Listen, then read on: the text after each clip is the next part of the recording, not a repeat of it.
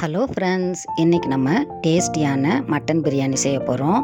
வாங்க மட்டன் பிரியாணி எப்படி செய்கிறதுன்னு பார்க்கலாம்.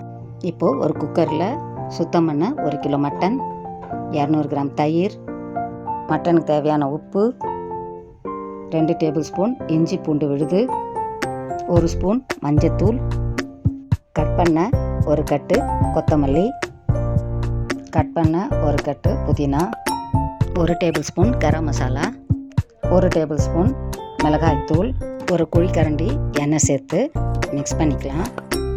இப்போது ஸ்டவ் ஆன் பண்ணி குக்கரை ஸ்டவ்வில் வச்சு மட்டனை வேக வச்சுக்கலாம். இப்போது மறுபடியும் ஸ்டவ் ஆன் பண்ணி ஒரு குக்கர் வச்சுக்கலாம். குக்கரில் 2 குழிக்கரண்டி எண்ணெய் ஊற்றிக்கலாம். எண்ணெய் சூடான பிறகு பட்டை, கிராம்பு, ஏலக்காய் சேர்த்து தாளிச்சிக்கலாம். தாளித்த பிறகு கட் பண்ண 5 பெரிய வெங்காயத்தை சேர்த்துக்கலாம். ஆனியனுக்கு தேவையான உப்பு சேர்த்து ஆனியன் ப்ரௌன் ஆகிற வரையும் வதக்கலாம். இப்போது ஆனியன் ப்ரௌன் ஆயிடுச்சு. இப்போது கட் பண்ண 5 தக்காளி, 5 பச்சை மிளகாய் சேர்த்து டொமேட்டோ சாஃப்ட் ஆகிற வரையும் வதக்கலாம்.